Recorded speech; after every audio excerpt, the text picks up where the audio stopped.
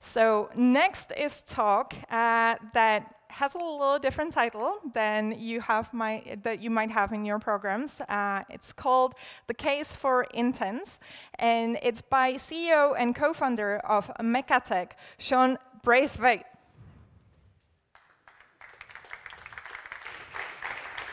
Hello. Oh, thank you. Thank you very much. OK. Where do I stand? I don't have. OK, perfect. So I don't know how many people saw the panel, but most of it was sort of like leaked. So of course I got front run by Sunny again, but that's fine. Now I'll have a little bit of time to go into more detail. So yeah, as it was mentioned, I'm the CEO of Mekatek.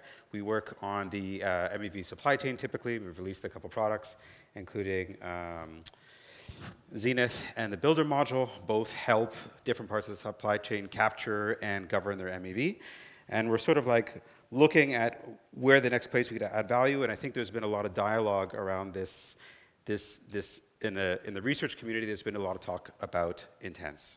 And I think it's been talked about very technically with a lot of sophisticated language. And what I want to do today is talk about it much more simply and sort of make the case for why you might want to do the research to sort of build in the space and ideally use it. So this is my talk, The Case for Intents, defining new core, building new user-centric supply chain.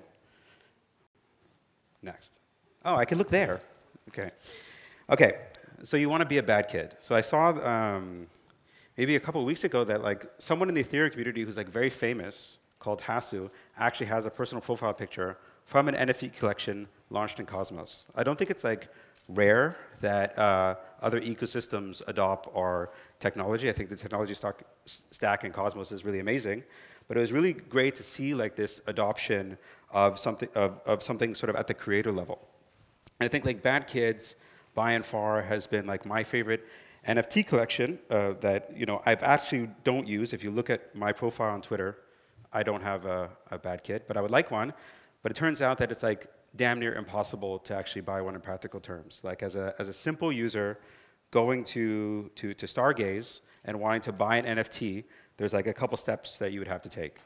The first step that you would have to take is like understand that this is like some crypto-backed product, and that you would actually have to have some funny money called stars. And the next step is like figure out that stars are not something that you have, and it's something that you need to get. And you need to get them from a particular place called Osmosis that is connected to Stargaze over IBC. So somewhere between sort of like the desire, let's say, of seeing this NFT collection and buying it requires the complete understanding of a very complex technical stack that is everything that we've built in Cosmos and are proud of, right? So I think that this is a problem, and I think that we need to look at where this problem comes from. So in blockchains, like the core sort of like abstraction for action that we've used is like the transaction. It wasn't meant to rhyme, but it does. On a blockchain, it's a state machine, and to move that state machine forward, a user needs to say exactly what it wants to move forward. So it needs to know that there is some state, and that state is going to be modified, and it needs to commit to modifying that state with like a cryptographic signature. Like this is very intense, very few people do it, and this is so one of the things that's like holding back blockchain in general, and in particular when we start talking about the complex world that we've created in Cosmos. So in Cosmos, we're not talking about like just one asset, one chain, one protocol, but instead a composition of chains, protocols, and assets that all get in the way of the user doing what it wants to do, which in my case is just buy a bad kid, right? And so I claim that the problem stems from like the granular way that we have defined change in our space and how that abstraction has sort of bubbled up all the way to the user, preventing them from getting what they want. So what do we do about it? So in the research space, as I mentioned, we've been talking a lot about intents as sort of like a new paradigm.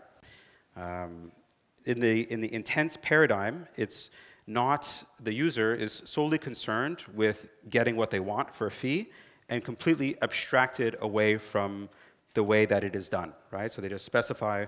So I have an example here that the action is like get, like I want something, and what I have is atoms for whatever reason, and then I just want my bad kid. Actually, I don't even specify which bad kid I want. The idea of intents is that it could be like as general or as specific as the application developer defines and the user commits to.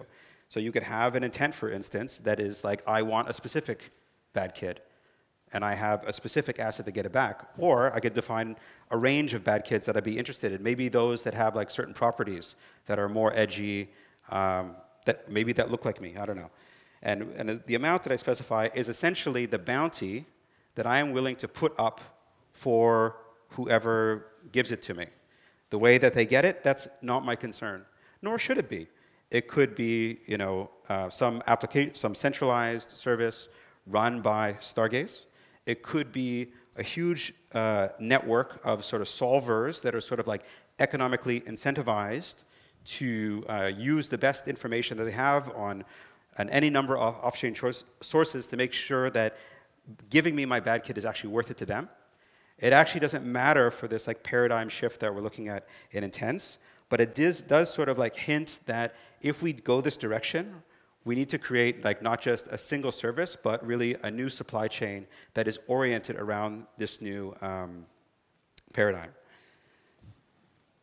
Oh no, new lines. Okay, so in this intent-driven world, right, we need not just one thing, but a new set of things, which altogether are called like the intent, or I'm going to call the intent supply chain.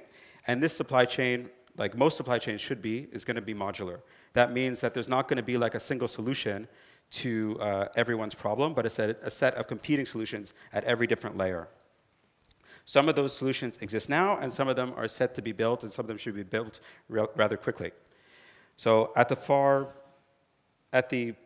right, yes, you have origination, right, which is usually where the user sort of expresses what they want. This could be a wallet, like you could imagine a world of which this is integrated into Kepler, or it could be specialized applications that are particular at designing special kinds of intents for special kinds of users.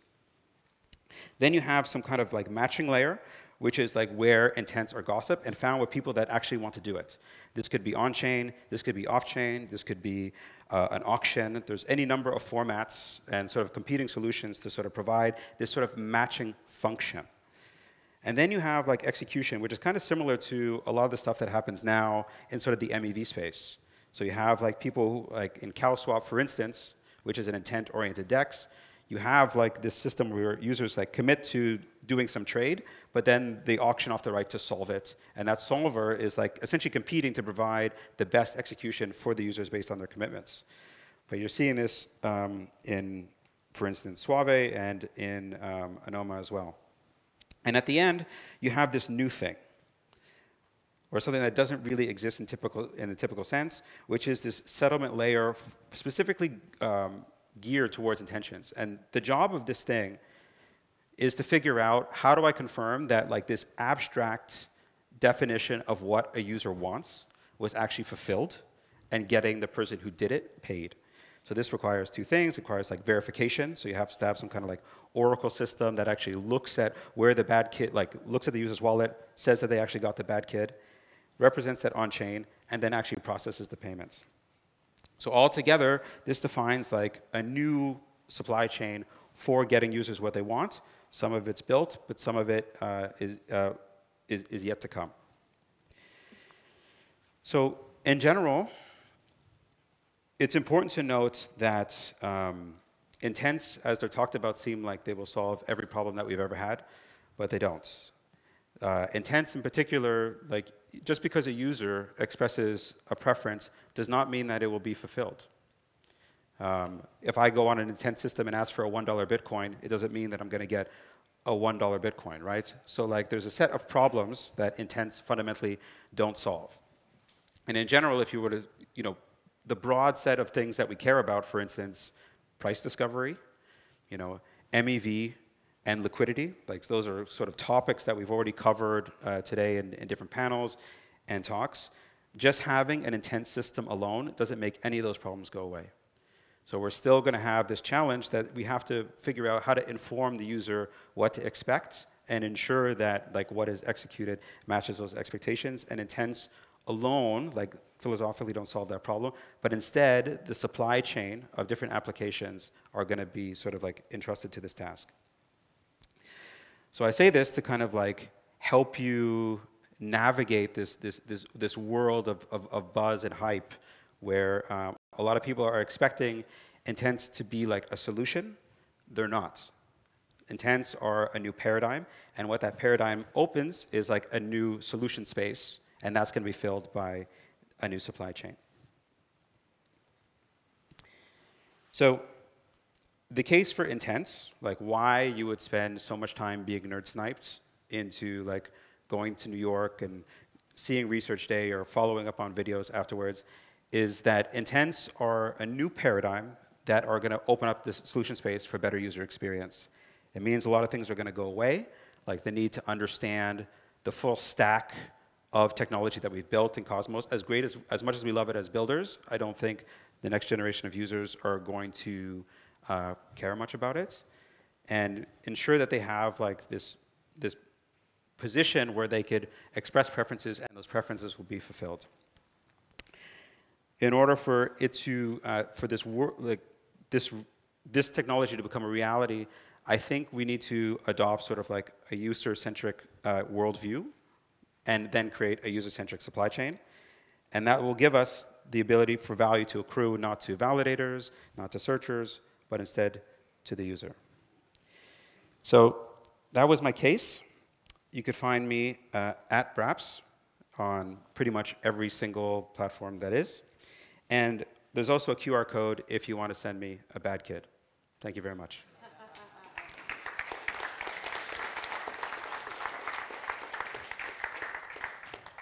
Do we have questions?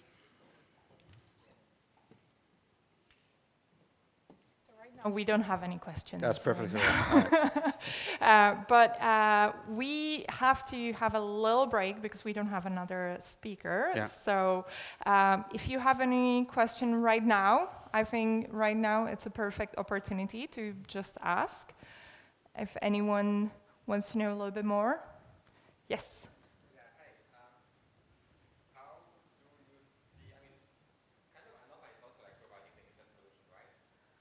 I love this question. I love talking about ANOMA. Okay, now I could take off like UX hat and put on researcher hat.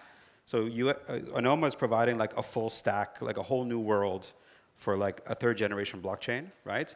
And they are very much providing like the primitives, but they're not really concerned with like, for instance, the market structure for, or like what is the particular market structure that's going to incentivize the fulfillment of every intent. They give like the core protocols that allow formation of market structures, but we have to figure out what that's going to look like, as in where does the $1 Bitcoin comes from? Like that question has to be solved by ANOMA. But yeah. We're working with ANOMA to sort of like take a lot of the ideas of the research and apply them, and then give back sort of like it with usage. Okay, so are you going to build about ANOMA? I think we're going to build with some of the tools, but not like ANOMA as it exists requires like going into the execution environment, I guess. That would be on ANOMA. I don't think we're going to be in the ANOMA execution environment, no. Why? It's too far away. All right, someone else wants to ask about anything? I mean, regarding your talk, that would be great. All right, so once again, round of applause, please. We'll take this. Thank you very much.